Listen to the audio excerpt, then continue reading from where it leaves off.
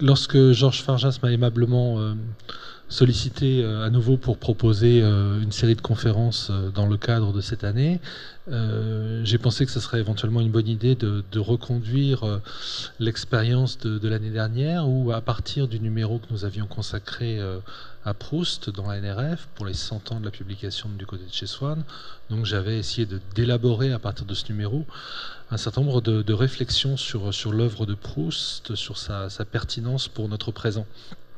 Et donc, il y a quelques mois, c'était en mai je crois, j'ai dirigé un nouveau numéro de la NRF, il y en a 4 par an, qui était consacré à l'enfance de la littérature.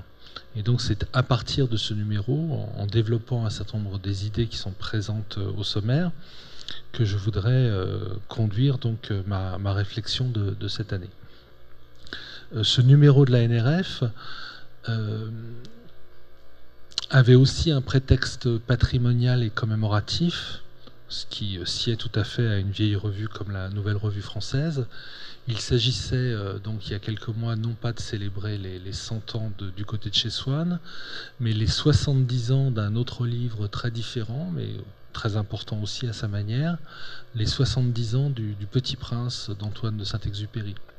Le livre a en effet paru pour la première fois, et j'en parlerai dans quelques semaines, en 1943, au printemps 43, si ma mémoire est bonne, à New York, parce que Saint-Exupéry à l'époque était exilé aux États-Unis, en raison des circonstances évidentes qui correspondent donc à la Seconde Guerre mondiale et à l'engagement qui fut celui de Saint-Exupéry au cours de cette guerre. Donc l'idée était de célébrer ces 70 ans, les 70 ans de ce livre qui est un vrai classique, sur lequel il m'était déjà arrivé d'écrire, et d'ailleurs dans cette même NRF, pour attirer l'attention des lecteurs sur un point assez peu connu, et je trouve assez savoureux, qui est le suivant. Le grand philosophe allemand Heidegger, lorsqu'on l'interrogeait, paraît-il, sur la littérature du XXe siècle, lui qui s'était intéressé surtout à la littérature des siècles précédents, notamment du XIXe, à la littérature romantique allemande. Donc Heidegger, lorsqu'on l'interrogeait sur la littérature du XXe siècle, déclarait que pour lui le plus grand livre de littérature paru au XXe siècle, c'était précisément Le Petit Prince de Saint-Exupéry. C'est inattendu, bien sûr, quand on connaît l'œuvre de Heidegger, quand on sait sa redoutable complexité, son abstraction. Il y a tout un monde en apparence qui sépare Heidegger de Saint-Exupéry. Il y a tout un univers qui sépare un livre comme Le Petit Prince d'un ouvrage comme par exemple Sein und Zeit, Être et Temps, qui est le plus connu et peut-être le plus important des livres de Heidegger. Donc, il s'agissait d'en revenir au Petit Prince, et un livre qui, on le dit aussi sans que ce soit très aisément vérifiable, un livre qui est, paraît-il, le livre après la Bible le plus traduit dans le monde, celui qui a touché le plus de lecteurs, des lecteurs qui se comptent par millions, donc sur tous les continents et dans tous les pays.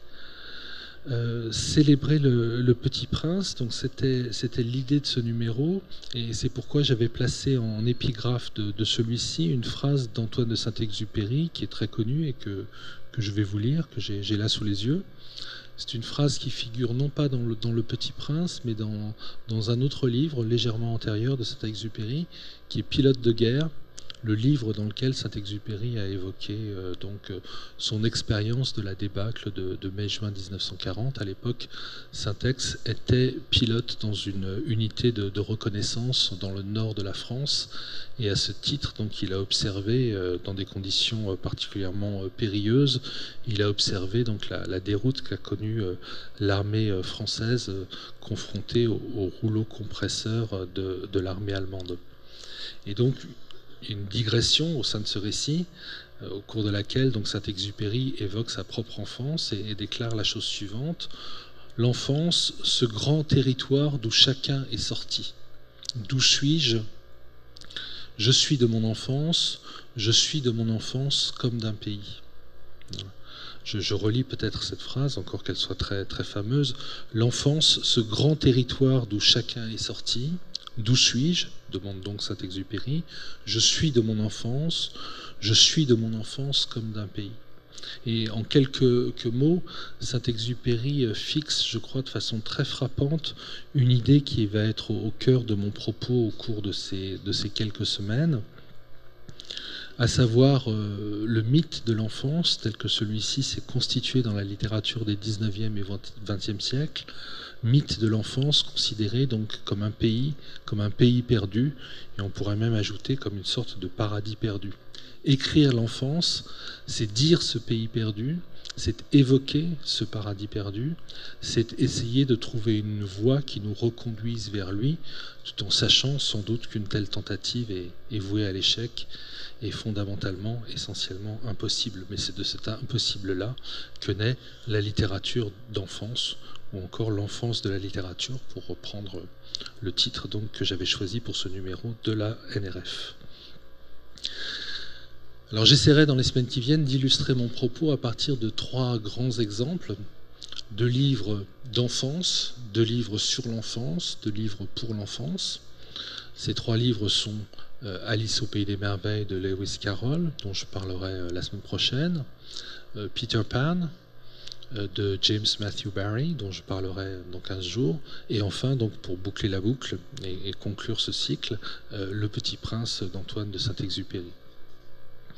Ce que je voudrais faire aujourd'hui, c'est me consacrer à un certain nombre de réflexions un peu introductives et qui vont m'amener à tourner autour de cette idée que j'ai exposée il y a un instant, de l'enfance littéraire comme pays perdu, comme paradis donc vers lequel la parole de l'écrivain et celle du lecteur, d'une certaine manière, ne cessent de se diriger sans fin.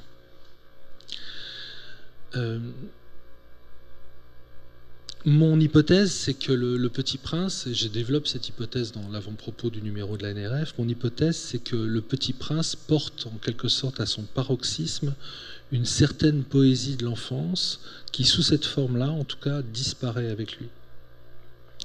Et en un sens, c'est bien le sens, on le verra, de cet ouvrage qui s'achève, comme vous le savez, par un adieu à l'enfance, un adieu à un enfant qui vaut comme adieu à l'enfance et qui, me semble-t-il, vaut à ce titre au-delà du propos que nous tient Saint-Exupéry dans ce récit, dans cette fable très, très fameuse. J'en dirai un mot un peu plus précis tout à l'heure, mais je m'en tiens d'abord à certaines considérations générales. L'histoire de l'enfance est une histoire qui a été écrite déjà, et notamment par un historien qui s'appelle Philippe Ariès, mais beaucoup d'autres ont suivi sa voie. Et cette histoire, elle nous enseigne qu'à l'échelle de l'humanité, finalement, l'enfance aura été une réalité relativement fugitive, fugace, éphémère et tardivement apparue dans l'aventure de l'humanité.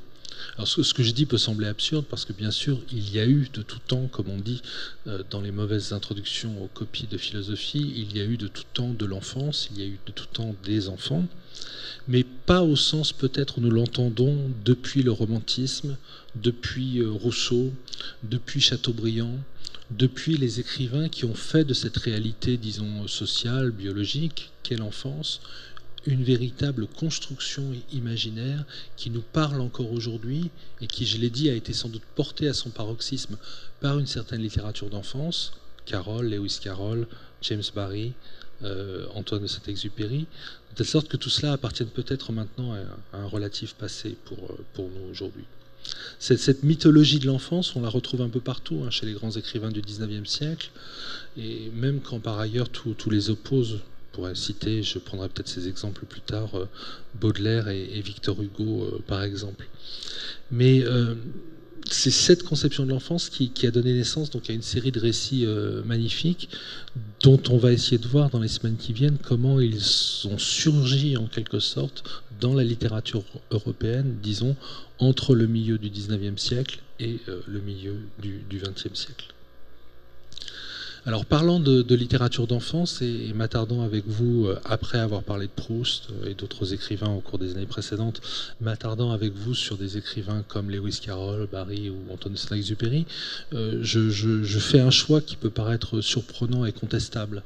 En effet, il y a beaucoup de professeurs d'université, d'écrivains, d'intellectuels, de philosophes, qui considèrent cette grande littérature comme de la sous-littérature, une littérature indigne de l'intérêt que certains, dont moi donc par exemple, lui accordent.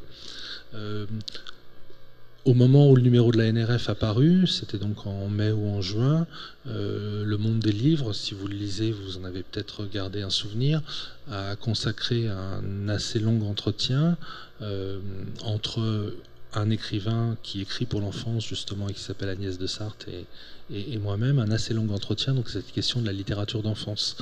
Et j'avais été assez surpris par le fait qu'Agnès de Sarthe, qui est un écrivain tout à fait intéressant et respectable, considérait avec un peu de condescendance Le Petit Prince de Saint-Exupéry, comme s'il s'agissait là d'une forme facile de littérature et de laquelle il importait de se dégager. Agnès de Sarthe, parce qu'elle écrit aussi pour l'enfance et parce qu'elle lit avec intelligence des livres pour l'enfance, restait assez modérée dans sa critique du Petit Prince de Saint-Exupéry, mais en même temps, on voyait bien qu'à travers elle s'exprimait une sorte de réprobation très, très large, et même, il faudrait dire, de condamnation à l'égard d'un ouvrage comme celui que Saint-Exupéry a donc signé au cours de son exil à New York en 1942. Je vais prendre un autre exemple sur lequel je reviendrai peut-être tout à l'heure aussi. Je ne sais pas exactement ce que j'aurai le temps de dire au cours de cette première conférence, mais il y a un critique très, très respectable, très important, et qui est pour moi un des grands penseurs de la littérature en France dans la deuxième moitié du XXe siècle. Il s'agit de Roland Barthes, qui a écrit un texte assez peu connu, qui est apparu en 1955 et que vous retrouverez dans les œuvres complètes de Barthes, qu'il intitule « Pour une histoire de l'enfance ». C'est un texte qui est contemporain des mythologies dans lesquelles Barthes, donc à la même époque, essayait de mettre à jour les mythes, les stéréotypes, les idées reçues qui, à notre insu, structurent notre conscience et l'orientent dans un sens qu'on peut juger pernicieux. C'est le mythe considéré comme illusion, comme mensonge, comme voile jeté sur la réalité, en vue de falsifier idéologiquement celle-ci. Et pour Barthes, l'enfance était justement un de ces mythes condamnables, un de ces mythes avec lesquels il s'agissait de rompre. Un mythe né donc au XIXe siècle et qui constituait l'enfance, je cite Barthes, en une sorte de race particulière, close, essentiellement autre, prestigieuse par sa différence même. Et Barthes, de façon très intelligente, comme toujours dans son cas, comparait le mythe de l'enfance à un certain nombre d'autres grands mythes romantiques nés avec lui, le mythe du génie, le mythe de la folie, le mythe du peuple, le mythe de la femme, toutes ces formes de marginalité finalement que la société bourgeoise avait constituées en idéal ou en idéaux, de manière justement à désamorcer la critique dont elle-même elle pourrait être l'objet. Je cite à nouveau Barthes, décoré du beau nom de poésie, l'enfance reçoit les transfuges de la réalité. C'est donc l'idée d'une enfance refuge, d'une enfance asile, d'une enfance illusoire, finalement vers laquelle nous nous tournerions afin de ne pas nous confronter, nous affronter aux dures réalités du monde adulte qui pourtant est le nôtre.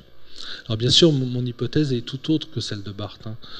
Je considère que la grande littérature d'enfance, telle qu'elle a été illustrée dans le passé par les auteurs dont j'ai parlé et dont je vais parler à nouveau, je considère donc que cette grande littérature d'enfance, elle constitue tout autre chose qu'un refuge, un asile, un divertissement, mais qu'au contraire, elle permet de prendre place, disons, en un lieu à partir duquel considérer la réalité dans ce que celle-ci peut avoir de plus violent, de plus cruel et de plus profond aussi. Et en ce sens, la littérature d'enfance est authentiquement une littérature au même titre que la grande littérature des grands écrivains du 19e et du 20e siècle auquel va notre révérence unanime.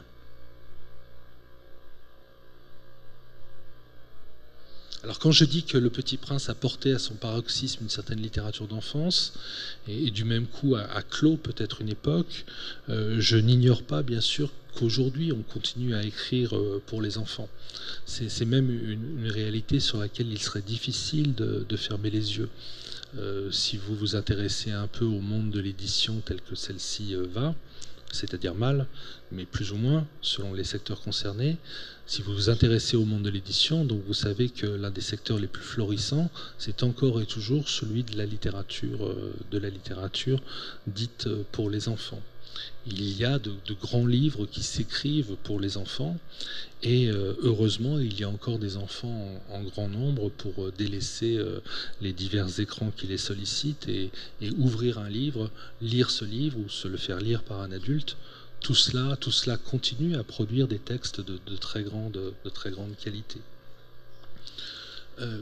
Mais il me semble que l'enfance dont parle la littérature enfantine aujourd'hui n'est plus tout à fait celle dont parlaient autrefois Lewis Carroll, James Matthew Barrie ou Antoine de Saint-Exupéry. Et c'est pourquoi je maintiens cette hypothèse qu'une époque s'est peut-être achevée en 1942 avec la parution du Petit Prince. On continue donc à écrire pour l'enfance, mais surtout on continue à écrire à partir de l'enfance. Et ça, c'est un point sur lequel je voudrais insister un instant, toujours dans le cadre de ces premières réflexions. L'enfance est toujours envisagée comme une sorte de réservoir de sensations, d'expériences, réservoir dans lequel toute littérature authentique, qu'elle soit ou non destinée aux enfants, vient puiser. J'ai été amené à réfléchir ces derniers temps sur cette question, à partir d'un angle d'attaque assez différent de celui que j'utilise devant vous aujourd'hui, parce qu'il se trouve qu'au programme de l'agrégation de littérature, dans le cadre des épreuves de littérature comparée, on demande aux jeunes gens donc, et aux jeunes femmes qui se destinent à l'enseignement de réfléchir sur 3 livres qui sont justement des livres sur l'enfance. Il y a un ouvrage que vous connaissez sans doute de Nathalie Sarraute qui s'intitule Enfance, qui est apparu au début des années 80. Il y a un livre moins connu, mais qui est signé de quelqu'un qu'on tient depuis longtemps et de plus en plus comme un des penseurs majeurs du XXe siècle. Ce quelqu'un, c'est le philosophe allemand Walter Benjamin, et le livre s'intitule Une enfance berlinoise. Et puis à ce même programme de littérature comparée, il y a, et je dirais il y a surtout, un très grand livre de l'écrivain russe et américain Vladimir Nabokov, qui est en réalité son autobiographie, et qui a été publié en français sous le titre D'autres rivages. Et dans ce livre, Nabokov, justement, présente l'enfance comme, je cite, un Éden de sensations visuelles et tactiles. Et qu'on retrouve cette notion de paradis perdu à travers la référence à l'Éden. Et c'est comme si de ce paradis-là, la littérature devait inévitablement sortir, comme s'il n'y avait de littérature possible que dans cette relation que l'écrivain adulte rétablit avec l'enfance des autres, l'enfance des enfants, mais l'enfance de l'enfant qu'il porte en lui, l'enfance de l'enfant qu'il a été, qu'il a éventuellement trahi, mais qu'il est susceptible, par le jeu de l'écriture, de redevenir. Il y a un mot très célèbre de Baudelaire qu'il faut que je cite ici, comme je l'ai fait dans l'avant-propos dont je vous rends compte ici du numéro de la NRF. Baudelaire, quelque part, je crois que c'est dans un de ses journaux intimes, je ne sais plus si c'est dans Mon cœur mis à nu ou dans Fusée, Baudelaire déclare « Le génie, c'est l'enfance retrouvée à volonté ». Le génie, c'est l'enfance retrouvée à volonté.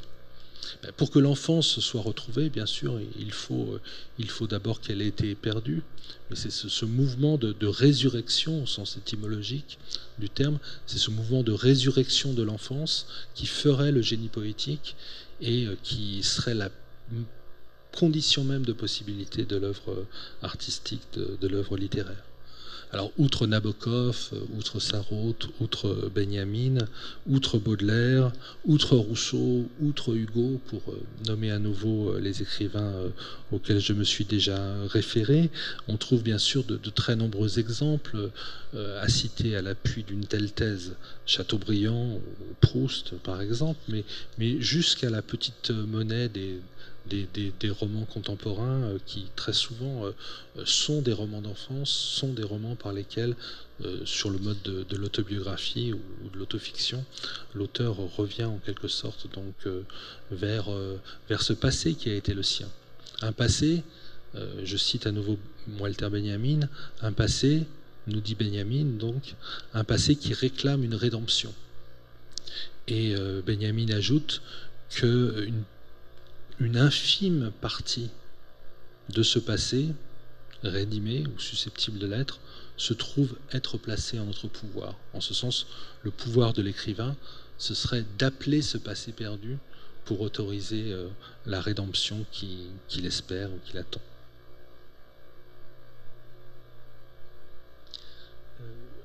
Je cite à nouveau Proust, une phrase de Proust, plutôt deux phrases de Proust qui me semblent venir étayer mon propos.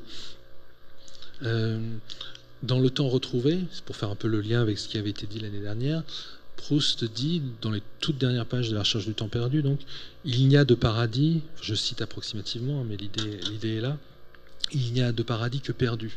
Les paradis sont nécessairement perdus.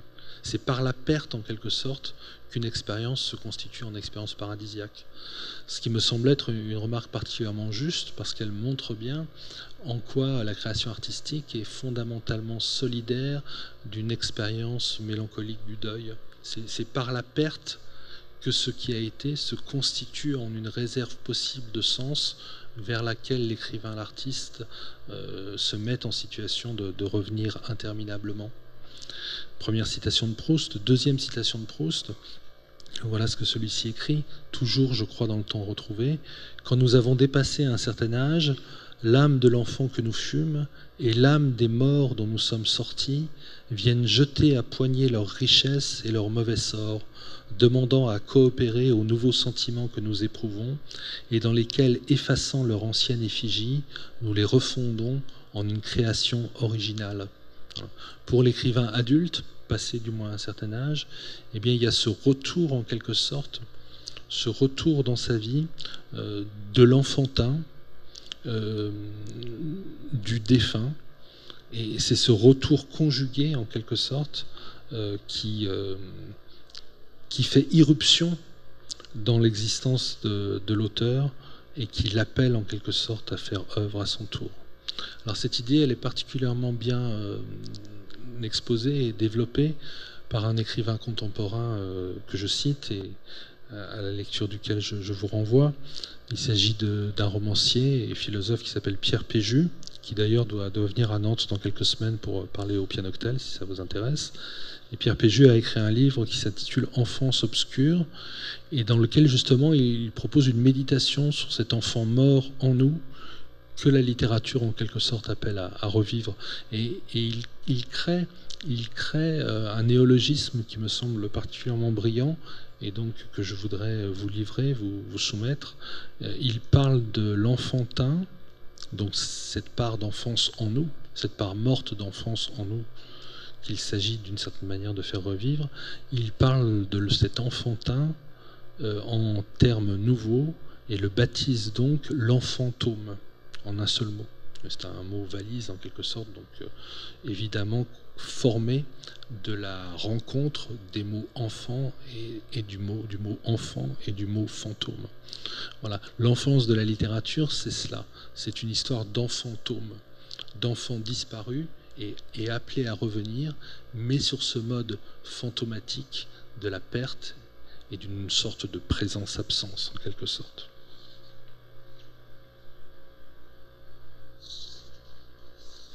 Bon, je vous laisse la surprise, si vous avez envie de le lire, de ce numéro de la NRF, où nous avons fait appel à des écrivains pour qu'ils nous disent justement ce qu'était à leurs yeux l'enfance de la littérature, sous des formes très variables. Certains des collaborateurs du numéro de la NRF sont des écrivains qui écrivent pour les enfants et d'autres non.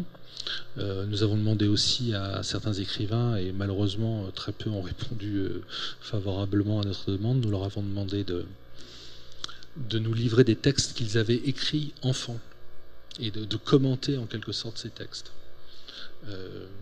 Nous avons eu une réponse de Martin Winkler, c'est l'auteur notamment de La maladie de Saxe, qui nous a donner quelques pages des récits de science-fiction qu'il écrivait lorsqu'il était adolescent.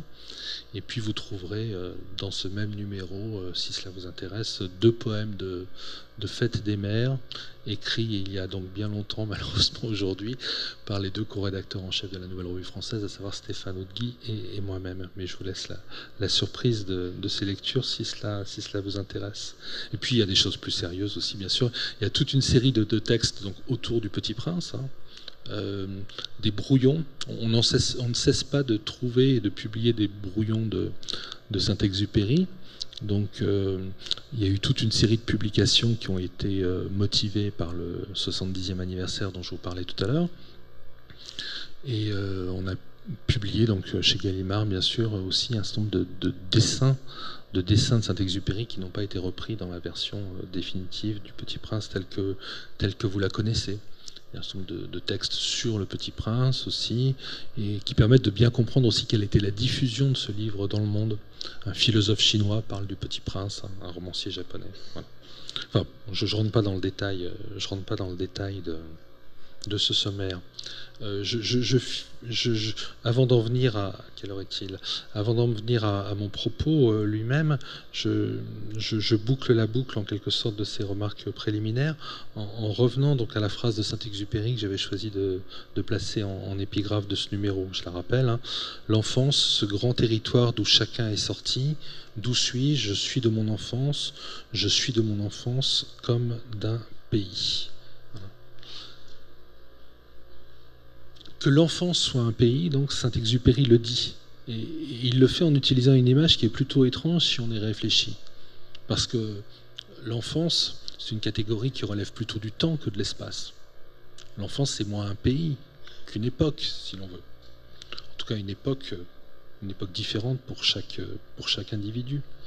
Mais aussi étrange qu'elle soit cette image de l'enfance comme pays perdu, il me semble qu'elle nous paraît évidente et naturelle dans la mesure où justement elle gouverne toutes les représentations que nous nous faisons de la vie et qui nous montre donc que notre passé le plus lointain est comme une sorte de terre natale qui n'existerait en somme que dans la mesure où cette terre natale nous l'avons quittée, ou plus exactement nous en avons été chassés.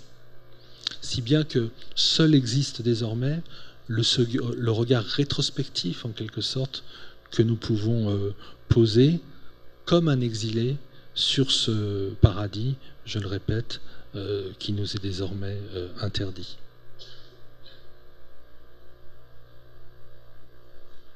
Alors, si bien que l'enfance n'aurait pas d'autre réalité finalement, enfin, du point de vue dont je me place, hein, je n'ignore pas qu'il y a toutes sortes d'autres discours possibles que celui que je tiens sur la littérature d'enfance. Hein. Je ne vais pas vous parler, je l'ai dit, des livres qu'on écrit pour les enfants aujourd'hui.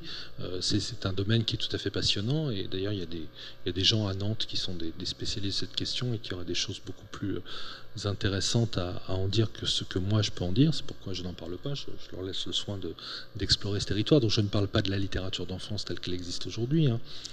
Je parle de ce mythe de l'enfance qui nourrit la littérature faite par des adultes et qui parfois peut également s'adresser, comme c'est le cas avec Lewis Carroll, Barry et Saint-Exupéry, à des enfants. Donc cette enfance dont je parle, ça n'est pas une réalité psychologique, ça n'est pas une réalité sociale, ça n'est même pas une réalité du tout. C'est une sorte de fantasme adulte qui n'a de consistance et de signification qu'en raison de l'élaboration à laquelle cette catégorie d'enfance se prête chez quelques grands écrivains.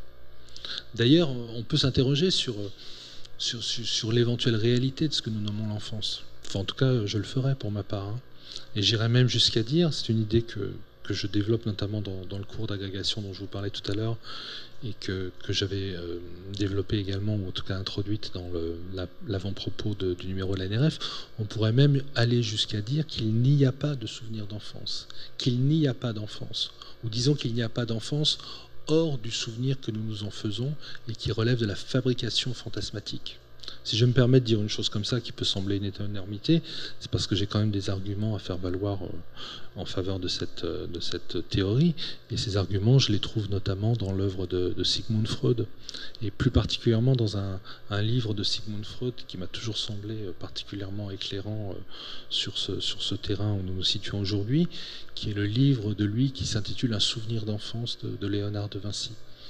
Livre assez extraordinaire dans lequel Freud commente Vinci, Léonard de Vinci, se souvenant de ce que fut son plus ancien souvenir.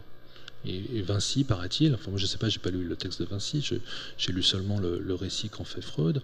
Vinci donc raconte qu'il se rappelle que petit dans son berceau, un jour, il a vu un vautour entrer par la fenêtre de sa chambre, se poser sur le rebord de son berceau, et si ma mémoire est bonne, venir lui toucher les lèvres avec les plumes, ses plumes. Et Freud, à partir de là, construit toute une théorie qui est assez abracadabrante, et qui d'ailleurs a été démontrée comme telle par les gens qui se sont fait à leur tour les commentateurs de Freud, théorie qui est liée notamment à l'idée que à l'époque de Léonard de Vinci, on considérait le vautour comme une créature androgyne, ce qui renverrait à la sexualité très particulière de Léonard de Vinci, et qu'on pourrait donc retrouver notamment dans le célèbre tableau de Léonard de Vinci qui se trouve au Louvre et qui montre Sainte Anne, la Vierge Marie et le Christ imbriqués en quelque sorte les uns dans les autres. On pourrait retrouver donc dans ce tableau comme les formes d'un vautour gigantesque qui serait du même coup donc l'expression de ce fantasme qui serait celui de Vinci.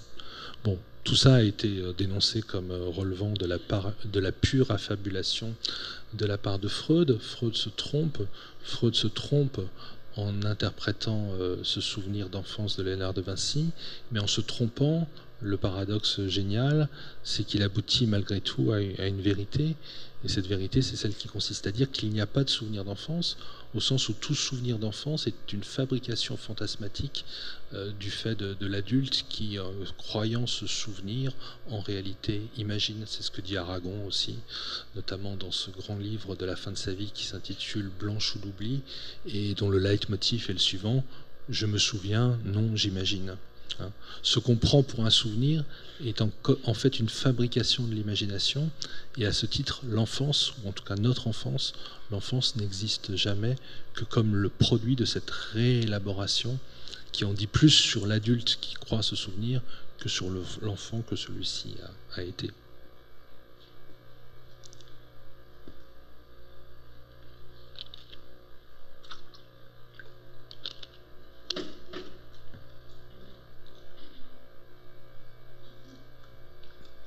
Donc voilà, si vous voulez, en quelques mots, l'esprit dans lequel je voudrais vous proposer un certain nombre de remarques sur Alice au Pays des Merveilles, sur Peter Pan, sur Le Petit Prince de Saint-Exupéry dès la semaine prochaine. Je vais essayer de reprendre les choses de manière peut-être un peu plus méthodique maintenant, après vous avoir donné une sorte d'avant-goût de ce que sera la suite, en essayant de creuser ces mêmes réflexions sur l'enfance et sa littérature.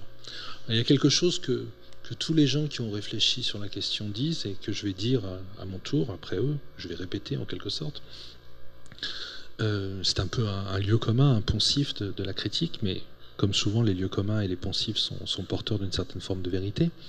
Donc on fait souvent remarquer la chose suivante, c'est qu'il y a une sorte de contradiction entre les termes de littérature et d'enfance.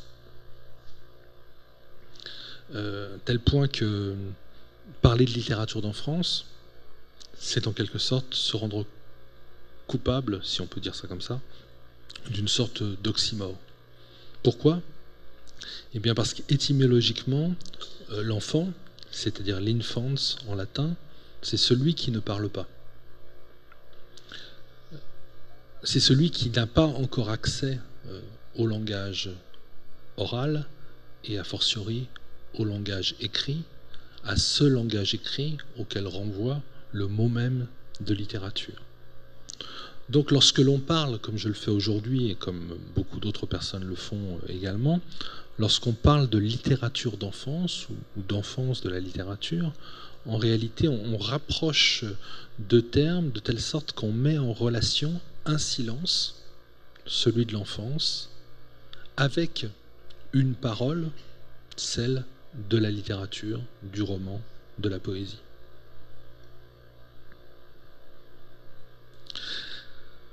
C'est cette relation donc entre silence et parole, elle est le plus souvent perçue sur le mode de l'acquisition, de l'initiation. Qu'est-ce que la littérature d'enfance, dit-on en général? C'est une littérature qui est là pour rendre possible, pour faciliter, pour accélérer l'accès donc de l'enfance à un langage dont elle est encore privée. Autrement dit, la littérature d'enfance est conçue comme une sorte de propédeutique, comme on disait autrefois, un enseignement préparatoire en vue d'études plus approfondies.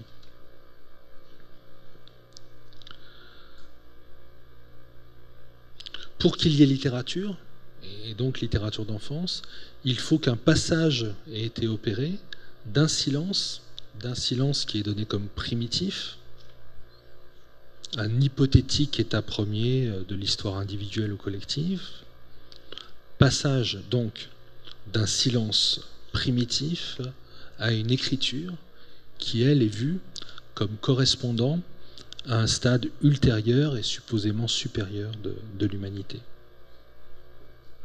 Alors, ce passage donc, du silence à la parole, ce qui est intéressant, je vais aller rapidement sur ce point-là, mais ce qui est intéressant malgré tout, et en tout cas c'est intéressant au niveau des fantasmes et des représentations, même si cela relève peut-être d'une mythologisation de la chose, ce qui est intéressant c'est que ce passage qui s'opère donc du silence à la parole, il a lieu aussi bien, pour employer des termes un peu savants et peut-être même pédants, au plan de la phylogénèse et au plan de l'ontogénèse. Je rappelle le sens de ces deux mots qui appartiennent au langage de la science, de la médecine, de la biologie. La phylogénèse, c'est le développement des espèces au cours de l'évolution, du mot grec phylon qui signifie race.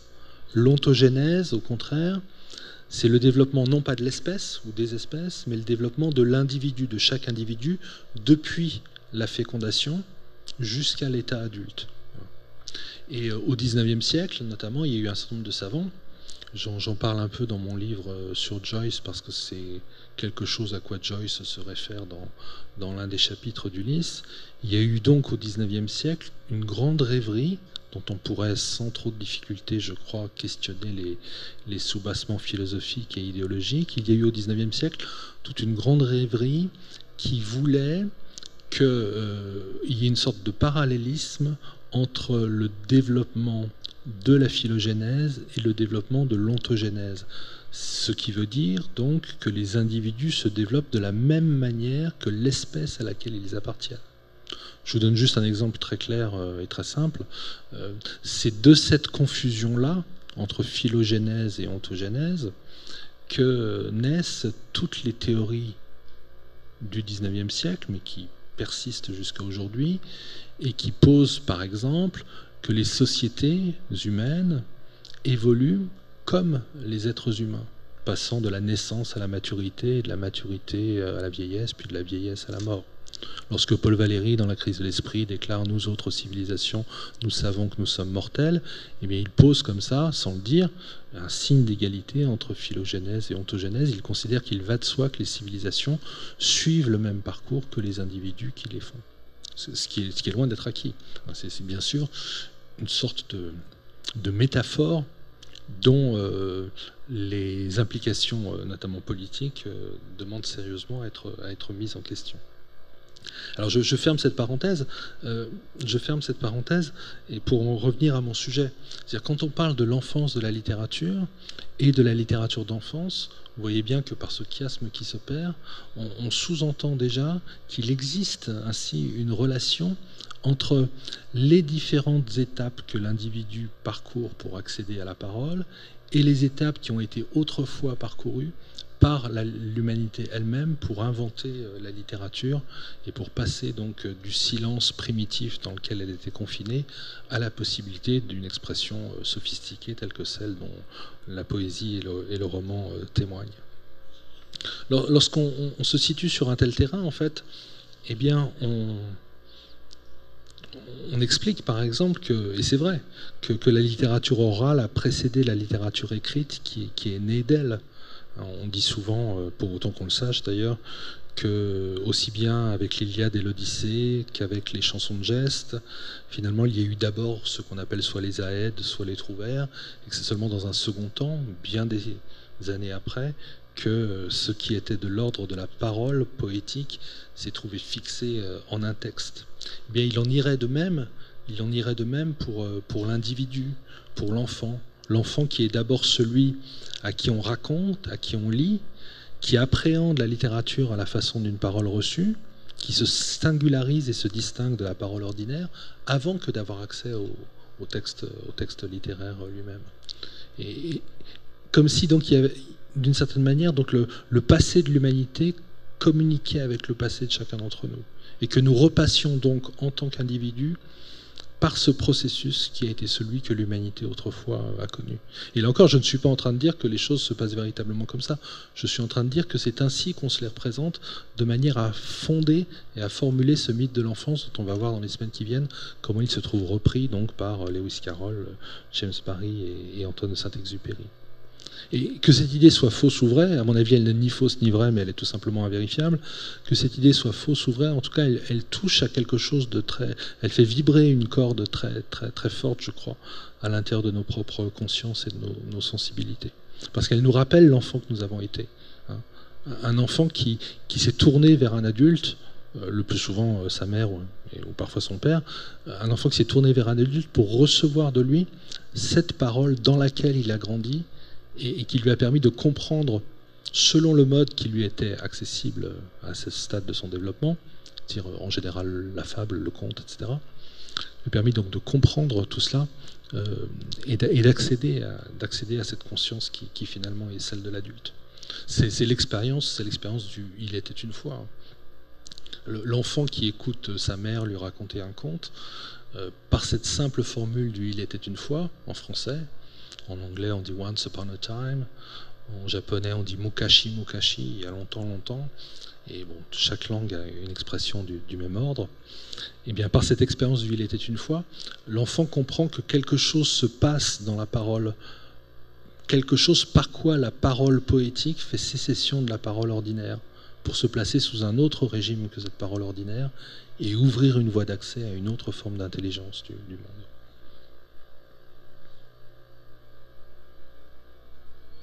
C'est en ce lieu-là, pour l'individu comme pour l'espèce, que se constitue un objet de réflexion qui est comme le lieu donc de transition de l'oral à l'écrit, le lieu de la conversion de la parole en littérature. Et bien sûr, ce lieu-là, c'est celui où se situe cette parole particulière qui est celle du conte. Le conte folklorique, dont on dit souvent qu'il est l'une des formes premières de récits que l'on destine aux enfants. Mais ces contes eux-mêmes, ils n'accèdent à la littérature qu'à partir du moment où un écrivain leur a donné la forme d'un livre paradoxalement destiné aux adultes. On sait que c'est le cas par exemple pour Charles Perrault. Charles Perrault, fixant, ou Grimm, ou les frères Grimm plus tard, Perrault ou les frères Grimm, donc fixant à l'intention des adultes, dans une forme écrite, ce qui était originellement une parole, et une parole donc qu'on veut réserver aux enfants, même si elle concerne aussi bien souvent leurs parents.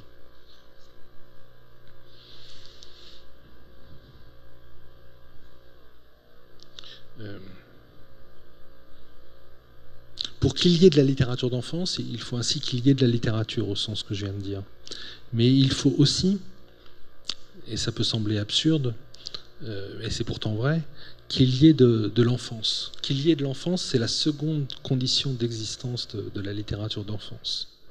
Qu'il y ait de l'enfance au sens qu'à cette réalité de l'enfance correspondent à une représentation qui lui confère un statut, une signification dans les mentalités individuelles et collectives. Et cela ne va pas de soi. On a pu dire, et c'est notamment la thèse que dépend Philippe Ariès dans L'enfant et la vie familiale sous l'Ancien Régime, c'est un livre de 1973, on a pu dire que l'enfance était essentiellement une invention moderne.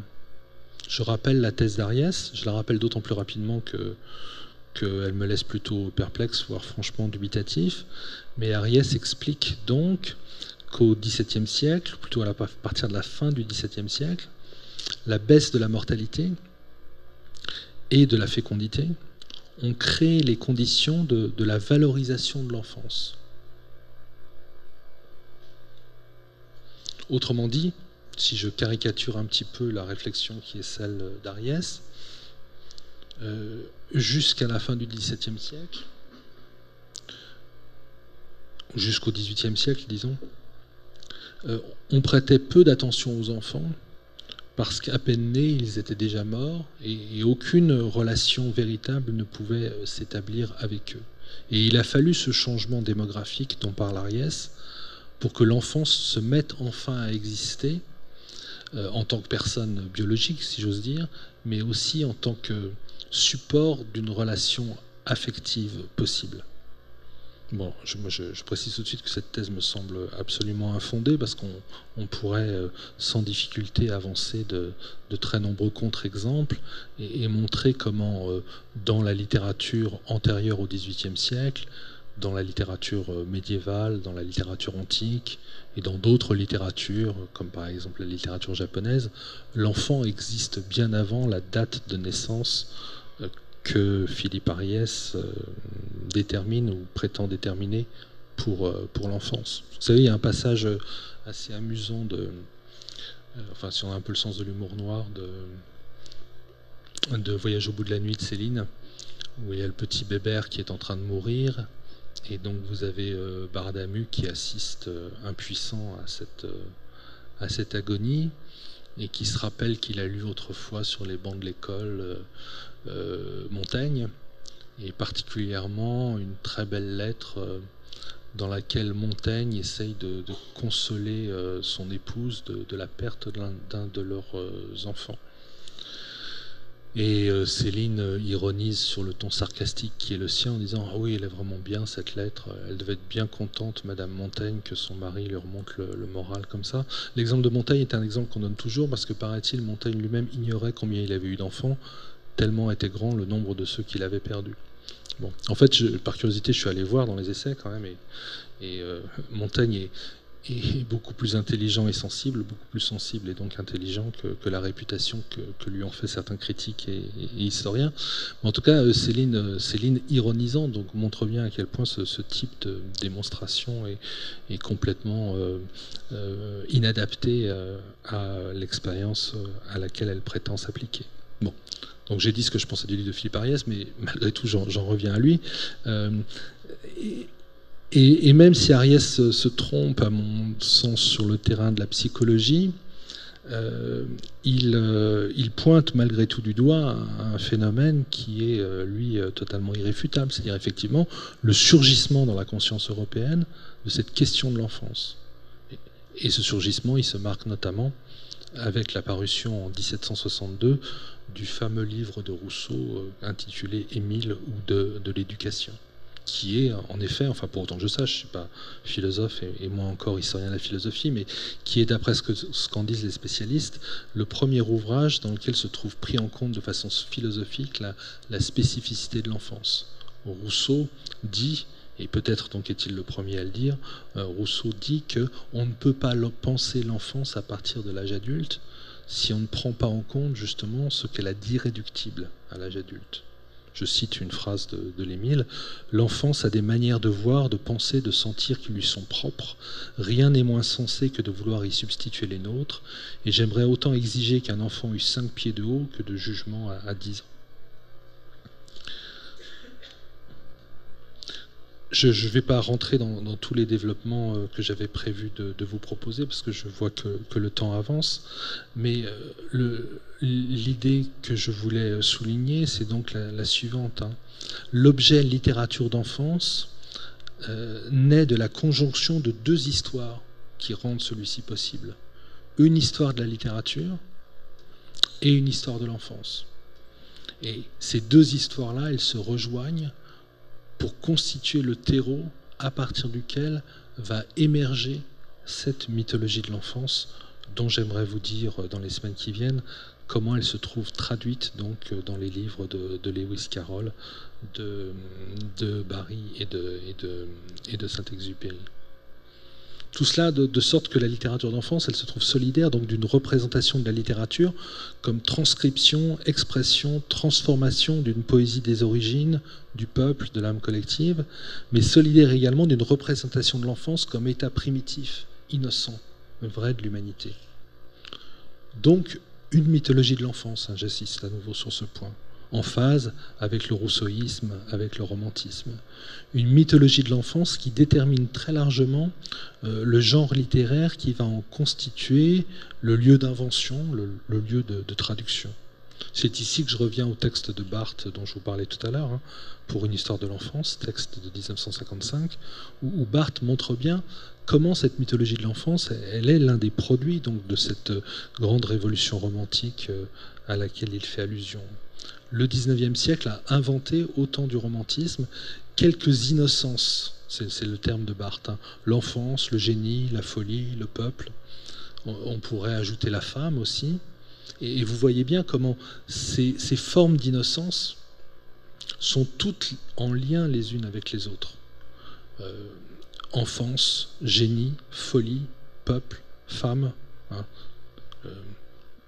Il y a une sorte de réversibilité dont les conditions se trouvent mises en place et qui, du même coup, conduit fatalement à penser la femme comme enfant, l'enfant comme fou, le fou comme femme ou la femme comme folle. Il y a vraiment une cohérence là que Barthes, avec beaucoup d'intelligence, mais pointe du doigt. Et tous ces refuges, dit-il, se trouvent mêlés pour faire à partir de ceci, l'expression est de Barthes à nouveau, un paradis d'une seule substance. Comme s'il y avait une espèce enfantine. Comme si l'enfance, dit encore Barthes, constituait une race particulière, close, essentiellement autre, prestigieuse par sa différence même. Et on en revient à cette idée d'enfance comme paradis perdu de laquelle je suis parti.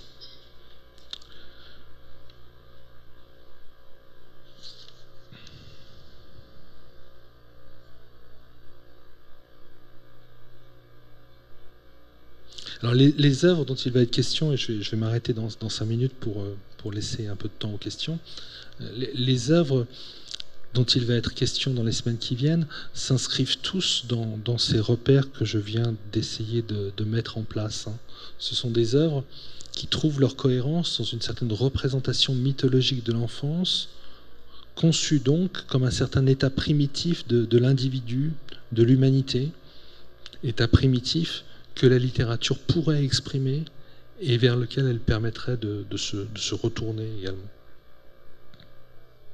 Questionner la littérature d'enfance avec ses auteurs, c'est questionner l'enfance telle que la littérature l'invente, c'est questionner aussi l'origine même de la littérature, sa source et peut-être son principe. Alors de façon, c'est peut-être là-dessus que je vais m'arrêter, de façon nécessairement inquiète et même aporétique. Parce que bien sûr, si on pose que l'enfance est une sorte, l'enfance de l'humanité, l'enfance de l'individu, relève d'une sorte de mutisme primitif. L'enfant ne parle pas. En tout cas, il ne parle pas comme parlerait un adulte. Du coup, l'adulte en vient à parler à l'enfant et de l'enfant en lieu et place de l'enfant. Il parle l'enfant, en quelque sorte. Il parle pour l'enfant en parlant de l'enfant. Et une conversion, je l'ai déjà dit, mais je voudrais insister sur ce point, une conversion, du coup, s'opère de ce silence enfantin à cette parole adulte. Conversion sur laquelle on ne peut poser qu'un regard perplexe, dubitatif, voire coupable. La parole, on peut dire d'elle qu'elle elle trahit le silence. C'est-à-dire qu'elle l'exprime, mais au prix d'une trahison. La parole traduit le silence, elle tourne le silence en mots, mais sur un mode qui rend cette parole nécessairement infidèle à la vérité dont elle vient, dont elle procède. C'est pourquoi la littérature d'enfance, elle repose nécessairement sur la conscience de l'impossibilité même qui la fonde. Si moi, adulte, je parle de l'enfance et pour l'enfance, je fais subir à l'enfance une opération qui dénature peut-être ce silence d'où je viens et vers lequel je prétends retourner. C'est l'idée dont j'étais parti et peut-être sur laquelle je vais donc m'arrêter aujourd'hui, de l'enfance comme paradis perdu. L'adulte se vit nécessairement comme exilé de l'enfance. Et posant sur celle-ci un regard qui est donc à la fois mélancolique et nostalgique. Et c'est bien entendu, ce que disent Lewis Carroll, Barry et Antoine de Saint-Exupéry. Leur œuvre est essentiellement expression de cette nostalgie poignante de l'enfance, avec la conscience tragique d'une perte que rien ne permettra de rédimer tout à fait. Non, je pense que c'est déjà assez clair comme ça, mais ça le sera encore plus à partir des lectures que je vous proposerai dans les semaines qui viennent. Donc je pense que c'est ça. Il faut que je m'arrête maintenant pour répondre aux questions. Je sais plus où est. C'est ça, ouais.